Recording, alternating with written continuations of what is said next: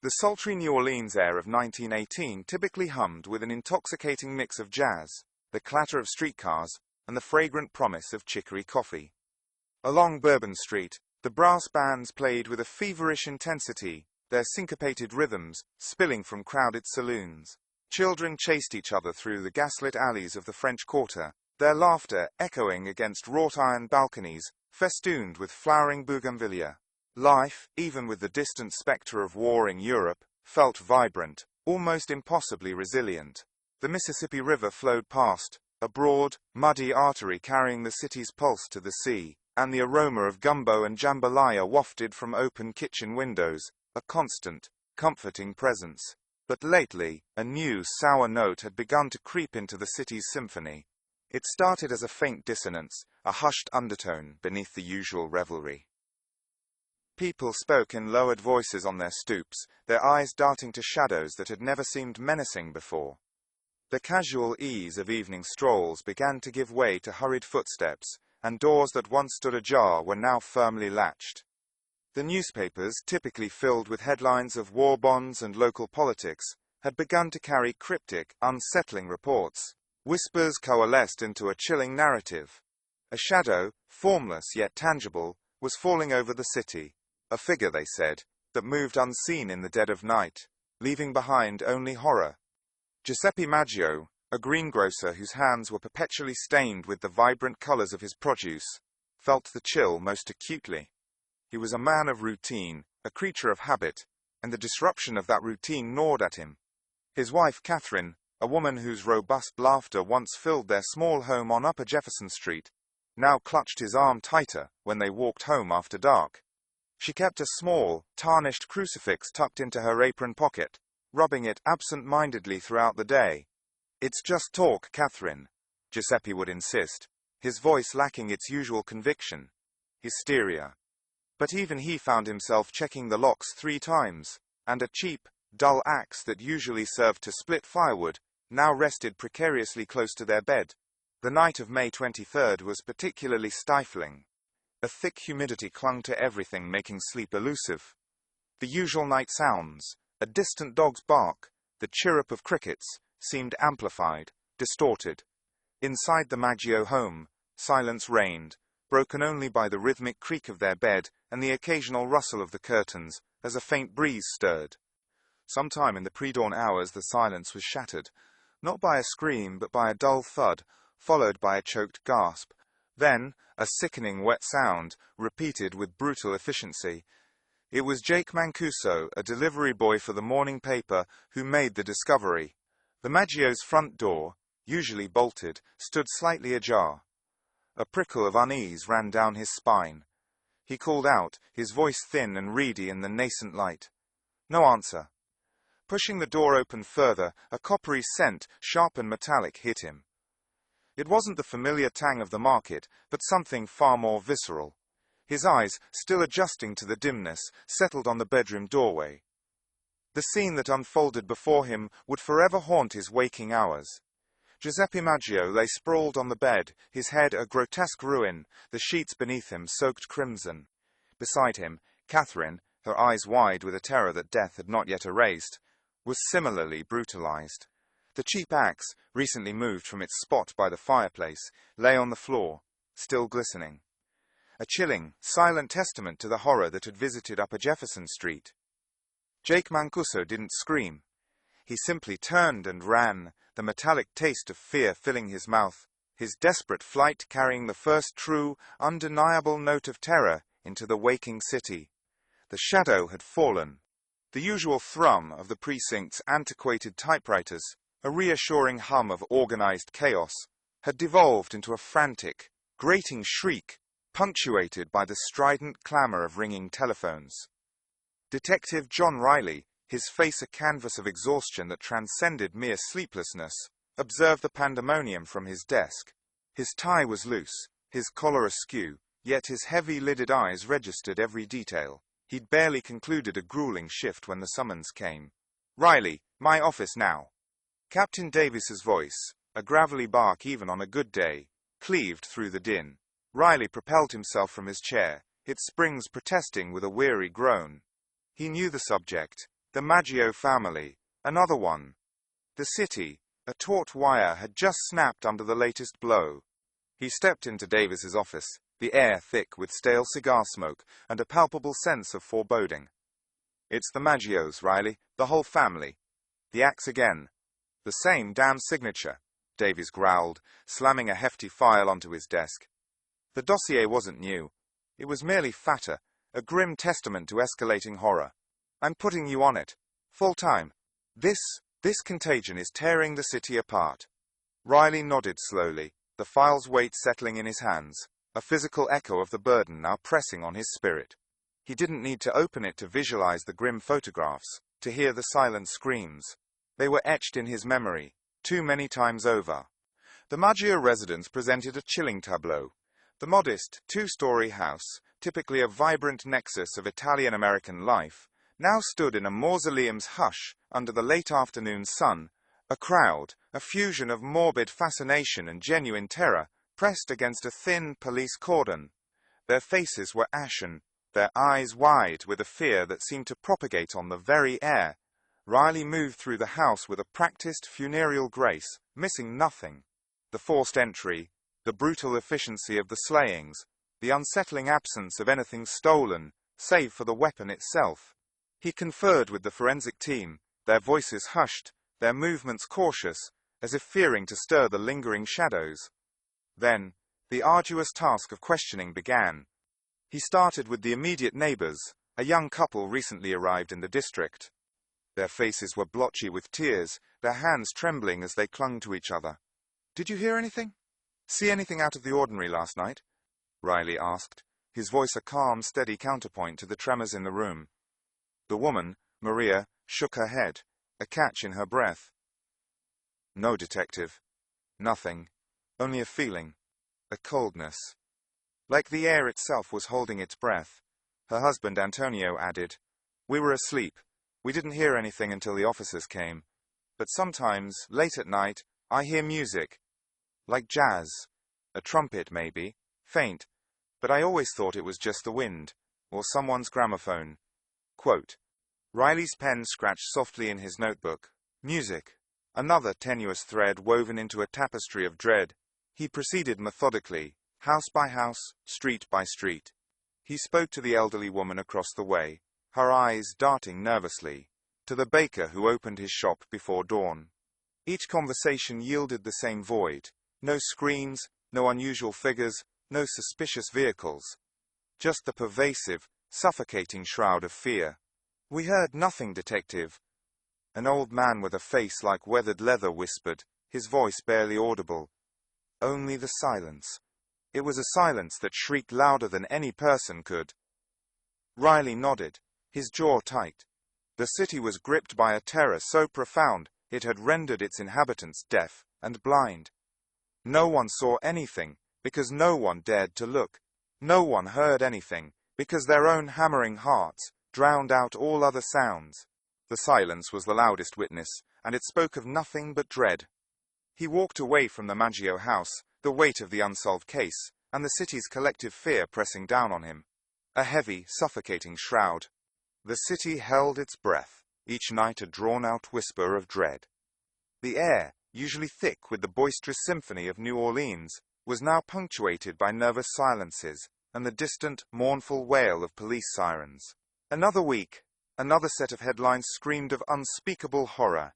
The Cortimilia family, Italian grocers with a small shop on Upper Line Street, became the latest victims in the growing nightmare. Little Mary Cortimilia, all of 8 years old, had always been a light sleeper. The clamor of the city, the gentle creaks of their old house, even the soft hum of her father's snores, rarely disturbed her. But tonight, it was a different kind of sound that pulled her from the depths of sleep. Not a loud crash, but a soft, unsettling scrape, followed by a muffled thud from her parents' room. Her heart, usually a steady drum, began to race, a frantic flutter against her ribs. She lay still, clutching her worn rag doll, her eyes wide open in the inky blackness. Her room, usually a haven of childish dreams, now felt menacing, the shadows dancing with unseen horrors. A whimper, thin and choked, reached her ears. It was her mother. Mary, despite her terror, felt an insistent pull to understand. Slowly, cautiously, she slipped out of bed, her bare feet meeting the cool wood floor. The hallway was a tunnel of oppressive darkness. She crept forward, each step a deliberate act of courage, towards the sliver of light beneath her parents' door. The air grew heavy, thick with a coppery scent she couldn't name, but instinctively recoiled from. Peeking through the crack, Mary saw it. A shape. Not a person, not entirely, but a shifting, formless mass, of deeper darkness, against the already dim room. It was tall, impossibly so, and seemed to drink the light, making the room feel colder, more empty. It moved with an unnerving fluidity, a silent, predatory grace. Mary's breath hitched. She saw an arm, thick and dark, raised high, then brought down with sickening force. A soft moan, quickly stifled, followed. Then, as if sensing her presence, the shape paused. Its form seemed to coalesce for a split second, a hint of broad shoulders and a squat, almost misshapen head. Two pinpricks of light, not eyes, but reflections of the distant street lamp, gleamed momentarily within its depths. Then, as quickly as it had appeared, it was gone. Not through the door, not through the window, but simply vanished. The light beneath the door seemed to brighten a fraction, as if the oppressive presence had been lifted. Mary stood frozen, her small body trembling uncontrollably. The air still carried that metallic tang, but now it was tinged with a profound, chilling silence. Hours later, Detective John Riley stood in the Court Amelia living room, the early morning light struggling to pierce the drawn curtains. His face, etched with a new layer of weariness, scanned the scene. The attack bore the familiar brutal hallmarks, but there was a new element. Little Mary, huddled in a blanket, was being gently questioned by a patrolman. Her voice, though soft, carried an unwavering certainty. "It was dark," she whispered, her eyes wide and haunted. "Very dark. And it went, poof." Riley knelt beside her, his gaze kind, his voice a low rumble. "Poof, Mary." "Like magic?" She shook her head vigorously. "No, not magic. Like it just wasn't there anymore." "It was big, Detective. And scary." He nodded slowly, absorbing her words.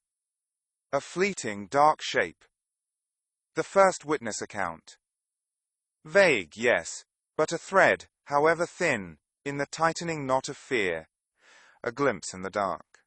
The oppressive summer heat of New Orleans usually encouraged late-night strolls and vibrant street life. But now, a chilling silence had fallen. Windows, once flung open to catch a breeze, were hermetically sealed, their panes obscured by drawn curtains, and in some cases, hastily nailed boards. Families huddled together, not for comfort, but for a desperate sense of shared defense. The rhythmic clang of the streetcar, usually a cheerful sound, now echoed like a death knell in the deserted avenues. Fear, a tangible, suffocating entity, had replaced the city's usual effervescence. Every shadow seemed to harbor a threat. Every creak of a floorboard sent a jolt of terror through the heart. Detective John Riley, his face etched with a weariness that went beyond mere lack of sleep, watched the city from his office window. The gaslights below cast long, dancing shadows that seemed to mock the efforts of law enforcement. He ran a hand over his stubbled chin, the grit of the city's dread settling deep into his bones. His mind, usually a well-oiled machine of deduction, felt like a tangled mess of unsolved puzzles. The weight of the populace's palpable terror pressed down on him, a silent accusation. Then came the morning of March 13th. The Daily Picayune, usually a source of local gossip and political rumblings, carried a front-page article that froze the city's blood. Not a report of another murder, but something far more audacious. A letter, purportedly from the Axeman himself, addressed to the worthy citizens of New Orleans. Riley read it, his eyes scanning each typewritten word, a cold knot tightening in his stomach. The letter, chillingly articulate, declared that on the night of March 19th, he would pass over any home where a jazz band was playing. "I am very fond of jazz music," it declared with an almost casual menace, "and I swear by all the devils in the nether regions that I will positively not molest anyone home where a jazz band is in full swing at the time I have just mentioned." The city erupted in a cacophony of fear and bewildered debate. "It's a trick," shrieked one woman in the market, clutching her purse tighter. He's just toying with us. Professor Illis Thorne, usually found buried in dusty tomes at the university, emerged into the public sphere with an almost academic interest in the letter. He sat opposite Riley in a smoke-filled backroom, a half-eaten beignet forgotten on the table. A fascinating proposition, wouldn't you say, Detective? Thorne mused, his spectacles perched on his nose. A serial killer, a connoisseur of America's unique musical contribution. It's unprecedented. Riley grunted, pouring himself another cup of weak coffee. Unprecedentedly insane, maybe. Do you honestly think he'll stick to it? Thorne stroked his neatly trimmed beard. Whether he does or not is almost irrelevant to the cultural phenomenon it has sparked. The city is faced with a choice: cower in silence, or embrace the very music that defines it, as a shield. It's a macabre form of social engineering, Detective. A psychological experiment on a grand scale. The debate raged in every parlor and saloon. Some dismissed it as a cruel joke, others saw a slim chance at survival. But as the sun began its slow descent on March 19th, a strange, hesitant melody began to drift through the city. A single trumpet here, a lone piano there, slowly building into a symphony of defiance. The air thickened with an unusual blend of anticipation and defiance as dusk settled over New Orleans. Not the usual humid embrace, but a palpable hum, a collective breath held, and then exhaled, in a cacophony of sound. Every window, every doorway, seemed to glow with an inner light, and from within, the city began to sing. By 7 o'clock, the transformation was complete. From the shotgun houses of the 7th Ward, to the grand mansions of the Garden District, a wave of music rolled through the streets. Ragtime pianos pounded out cheerful if slightly frantic melodies. Blues guitars wailed their soulful laments, often punctuated by the frantic strumming of a mandolin. Cornets blared, trombones slid, and drums kept a defiant, insistent beat. It wasn't just music, it was a living, breathing entity, a shield woven from sound against the unseen terror. Children danced in their living rooms, their laughter echoing faintly onto the street, tinged with a nervous energy that belied their carefree movements. Families gathered, their faces illuminated by gaslight and the shared purpose of their musical vigil. Detective John Riley, his hat pulled low, drove his patrol car slowly down Esplanade Avenue. The usual clatter of horse-drawn carriages and late-night revelers was replaced by this overwhelming symphony. His jaw was tight, a muscle twitching beneath his worn skin. He'd seen fear before, a raw, primal thing, but this was something else. A city choosing joy, however forced, in the face of death. It was a gamble, a defiant middle finger to the unseen killer. He gripped the steering wheel, his knuckles white.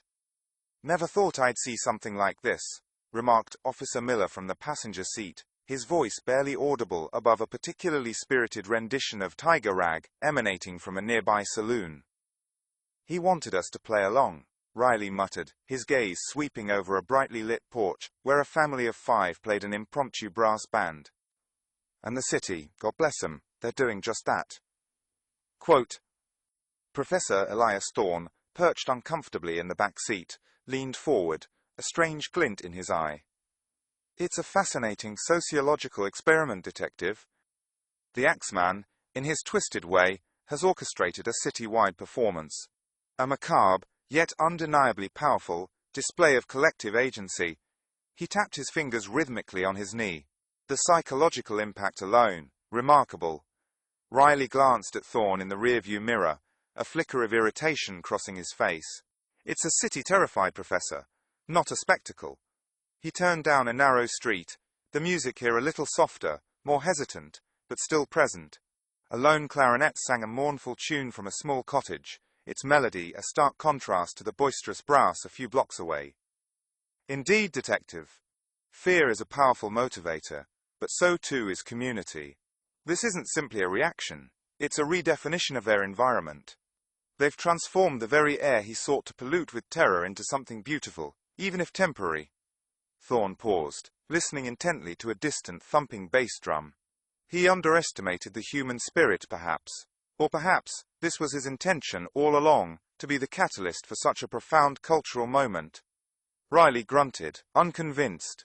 The weight of the night pressed down on him, a heavy mantle of responsibility.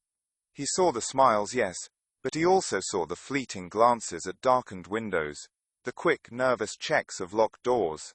He felt the tension thrumming beneath the surface of the music, a taut string ready to snap. His mind, however, was already sifting through the layers of sound, searching for something out of place, a discord in this city-wide symphony that might betray the Axeman's presence. The night was young, and the music, while a balm, was also a beacon. The morning air, usually thick with the scent of chicory coffee and river humidity, felt different. Lighter, perhaps. Detective John Riley stood by his office window, the early sun glinting off the polished brass of a distant lamppost. The previous night, a Friday, had been the city's grand experiment, a collective defiance against the Axeman's reign, orchestrated through the universal language of jazz. And, for the first time in weeks, the night passed without a scream, without the sickening thud of an axe, without the chilling discovery of another brutalized family. A tentative cheer rippled through New Orleans. It began as hushed whispers in the French market, then swelled into boisterous proclamations at the docks. People emerged from their homes, blinking in the sunlight, a collective exhale escaping their lungs. The newspapers, usually splashed with grim headlines, now sported cautious optimism. "Just silence the Axeman?" one read. "New Orleans finds its voice." Riley, however, felt a prickle of unease beneath the surface of his own relief. He'd seen hope turn to ash too many times. He was a man who trusted evidence, not superstition, and the absence of an attack, while welcome, was not proof of victory. Weeks drifted by, each one seeming to stretch longer than the last, filled with a fragile, almost desperate sense of normalcy. Cafes reopened their doors until late, music spilled from open windows, and children played in the streets past dusk. The fear hadn't vanished entirely, but it had receded, replaced by a collective belief that the music had somehow, magically, warded off the evil. Riley watched it all, his eyes betraying a weariness that settled deep in his bones, even as his mind remained relentlessly sharp. He spent his days re-examining old case files, poring over witness testimonies, looking for the overlooked detail, the forgotten clue. He didn't celebrate, he just waited. Then, one Tuesday, just as the city was truly starting to breathe again, the nightmare returned. A frantic call came in just after midnight. The DeLuca family, Italian immigrants who ran a small bakery on Dauphine Street, had been found. 2 adults, 1 child. The scene, described in hushed, horrified tones by the responding officer, mirrored the others with terrifying precision. No forced entry, just a brutal, senseless act of violence. The silence that had once brought such comfort now felt like a taunt, a cruel trick. Riley arrived at the house to find the street already teeming with onlookers, their faces a mask of renewed terror. The brief respite, the fragile hope, had been a mirage. The music hadn't stopped the Axeman. It had merely paused his monstrous game. The weight of the city's fear pressed down on Riley once more, a suffocating blanket. He pushed past the yellow-taped perimeter, his jaw set, his gaze hardening. The Axeman had merely been biding his time, and now, he was back. The clanging of the precinct door echoed through the bullpen, announcing the arrival of Frank Giordano. He was a small man, his eyes wide and unfocused, his clothes rumpled and smelling faintly of stale beer. The patrolman who'd brought him in looked triumphant, their weariness momentarily forgotten. News traveled fast in New Orleans, especially news of a potential capture. A murmur of relief, like a collective sigh, rippled through the city. The headlines the next morning screamed, "Axeman, caught," and for a fleeting moment, a fragile peace settled over the terrified populace. Detective Riley, however, felt no such relief. He watched Giordano from across the room, a knot tightening in his gut. There was nothing in the man's demeanor, his posture, or the way his gaze darted around the room that suggested the cold cunning of a serial killer. Giordano seemed more bewildered than dangerous, more a victim of circumstance than a perpetrator of heinous acts. "He fits the profile, Riley." Captain Davies boomed, slapping a hand on Riley's shoulder. "Lives alone, known to frequent the Italian neighborhoods. He's got a record, too. Petty theft, public intoxication. And he can't account for his whereabouts on the nights of the attacks." Riley nodded, his gaze still fixed on Giordano, who was now being led to an interrogation room. "He can't account, or he won't." Riley's voice was a low rumble, barely audible above the celebratory chatter. There's a difference. He felt the familiar weight of the city's fear pressing down on him, making the circles under his eyes seem deeper. He was tired, bone-weary, but his mind remained a sharp, unwavering blade. "What's your gut telling you, John?" Davies asked, his tone shifting, recognizing the quiet intensity in Riley's voice. "My gut's telling me we've got a drunkard who was in the wrong place at the wrong time, Captain." "Not the Axeman." Riley pushed himself off the desk, the cheap wood groaning under his weight. "The brutality, the precision, it doesn't fit this man." Days turned into a tense week. Giordano remained in custody, his story unchanging. He'd been drunk, wandering the streets, and couldn't recall much beyond that. The public, fueled by newspaper reports and a desperate desire for closure, reveled in the belief that the nightmare was over. Candles were lit in churches, and the sounds of jazz, long muted by fear, began to trickle back into the streets. Then, the news broke like a hammer striking glass. Another attack. An elderly couple in the French Quarter, their door forced, their lives brutally extinguished. The modus operandi was chillingly familiar, the same calculated savagery that had defined the previous murders. And Frank Giordano, the man the city had so eagerly condemned, was still locked securely in a cell at the precinct. The brief period of relief shattered, replaced by a fresh wave of terror that felt even more potent than before. A collective gasp of horror swept through New Orleans. Riley stood at the crime scene, the metallic tang of blood heavy in the humid air. The familiar chill crept up his spine, not from the cold, but from the realization that the killer was still out there, mocking them, striking with impunity. The wrong man was indeed in jail, and the real killer remained a phantom, a whisper in the dark, his presence, a suffocating shroud over the city. The mystery had not only deepened, it had become a taunt. A new wave of terror, colder and more insidious than before, washed over New Orleans. The initial shock had given way to a festering dread, a low hum of anxiety that permeated every brick and cobblestone. Every shadow seemed to stretch a little longer, every creak of a floorboard sounded like a prelude to horror. The city, once vibrant with the pulse of jazz and the scent of magnolias, now felt like a stage set for a tragedy, its inhabitants performers in a morbid play, constantly glancing over their shoulders. Whispers turned to shouts, and shouts to desperate pleas for answers no one could provide. Detective Riley, his face etched with the city's collective fear, stared at the latest missive. The paper, a cheap cream-colored stock, felt almost oily to the touch. It was the Axeman's final act, or so it claimed. His eyes, usually sharp and penetrating, seemed to carry the weight of 1,000 sleepless nights. "He's leaving," Riley murmured, the words tasting like ash in his mouth. Professor Thorne, perched on the edge of a worn armchair, adjusted his spectacles, his gaze fixed on the letter. "A theatrical exit, wouldn't you say, Detective? A grand crescendo before the final, chilling silence." He picked up a page, holding it delicately by the corner. "He announces his departure, as if we are to lament his absence. A truly fascinating specimen of criminal psychology." The letter itself was a grotesque poem, its words a taunt. The Axeman declared his adieu, his work in New Orleans complete, a macabre artist satisfied with his gruesome canvas. He spoke of new horizons, new cities awaiting his particular brand of terror. It was a chilling promise, a declaration that his malevolence wasn't born of the city, but merely visited upon it. He would vanish, a phantom slipping into the night, leaving behind only the echo of his cruel melody. Riley ran a hand over his tired face, leaving us with this unresolved fear. No closure, just an open wound. The thought of the killer simply disappearing, unpunished, was a bitter pill. He wanted to chase him, to drag him back, but the letter offered no clues, no trail. Just a final, mocking goodbye. Thorne chuckled, a dry, almost academic sound. "And that, Detective, is precisely his genius. To leave a scar that never quite heals, a story without an ending. It ensures his legend endures." He tapped the letter with a long, thin finger.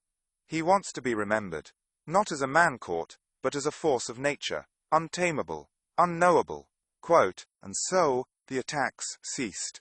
Not with a bang, but but with an unnerving whimper. The sudden cessation was almost as terrifying as the assaults themselves. The city braced itself, anticipating the next blow, but it never came. Days bled into weeks, weeks into months, and the silence grew heavier, more oppressive. It was the quiet after a storm, but a storm that might return at any moment. The Axeman was gone, but his shadow lingered, a permanent fixture in the collective consciousness of New Orleans, a constant reminder of the monster that walked among them and then simply vanished. New Orleans slowly exhaled, a collective, tremulous sigh that took years to fully unwind. The frantic, almost hysterical grip of fear began to loosen, much like a receding tide abandoning a vast stretch of sand. After the final, brutal assault on the Cortimiglia family, the Axeman simply vanished. No more splintered doors, no more crimson-stained sheets, no more chilling missives addressed to the press. The jazz halls, initially deserted during the Reign of Terror, gradually refilled, their vibrant, defiant brass notes pushing back against the lingering shadows. Families, once accustomed to triple bolting their windows and sleeping with hatchets beneath their beds, tentatively began to trust the night again, though a certain wariness remained etched into their collective consciousness. Detective Milliken, his hair now more silver than sable, spent years pursuing phantoms. Each new tip, every whispered rumor, every suspicious transient passing through town, was meticulously scrutinized. He crisscrossed the country, following faint trails that invariably dissolved into thin air. He interviewed countless individuals, revisiting old crime scenes until he knew every groan of the floorboards and every discolored patch of wallpaper by heart. Yet the Axeman's identity remained stubbornly elusive. The case files swelled, overflowing with theories, witness accounts, and innumerable dead ends. The sheer volume of paper seemed to mock his efforts, a formidable monument to an unanswered question. He never truly conceded defeat, not until his retirement, when the burden of the unsolved mystery became a permanent shadow in his haunted gaze. The absence of a culprit, a tangible face to embody the terror, allowed the legend to bloom. In the smoky haze of speakeasies, the tale of the Axeman became a macabre serenade. Children, gathered on porches during humid summer evenings, listened, wide-eyed, as their elders recounted the horrors, embellishing details with each retelling. He was a shadow, one old woman would whisper, her voice raspy, a spirit born of the city itself, come to punish our transgressions. Another might claim he was a wronged musician, seeking vengeance on those who pilfered his melodies. The jazz motif, ironically, became inextricably woven into the killer's mythos. The legend of the Axeman demanding jazz be played, the only music capable of appeasing his bloodlust, solidified in the city's oral history. The narrative transformed into a cautionary tale, a spooky yarn spun for curious tourists and a chilling reminder for locals. Lock your doors tight tonight. A mother might warn her wayward son, or the Axeman might pay a visit. The mere mention of his name could still send a shiver down spines, even decades later. He was more than a boogeyman. He was a distinctly New Orleans boogeyman, cloaked in the city's unique blend of mystery and fatalism. He embodied the dark underside of Mardi Gras, the silent note within a vibrant symphony. His presence, though unseen, was felt in the lingering shadows of alleyways, in the sudden creak of an old house's floorboard, in the rustle of leaves on a windless night. The Axeman was gone, but his legend, a permanent chilling fixture, had truly arrived.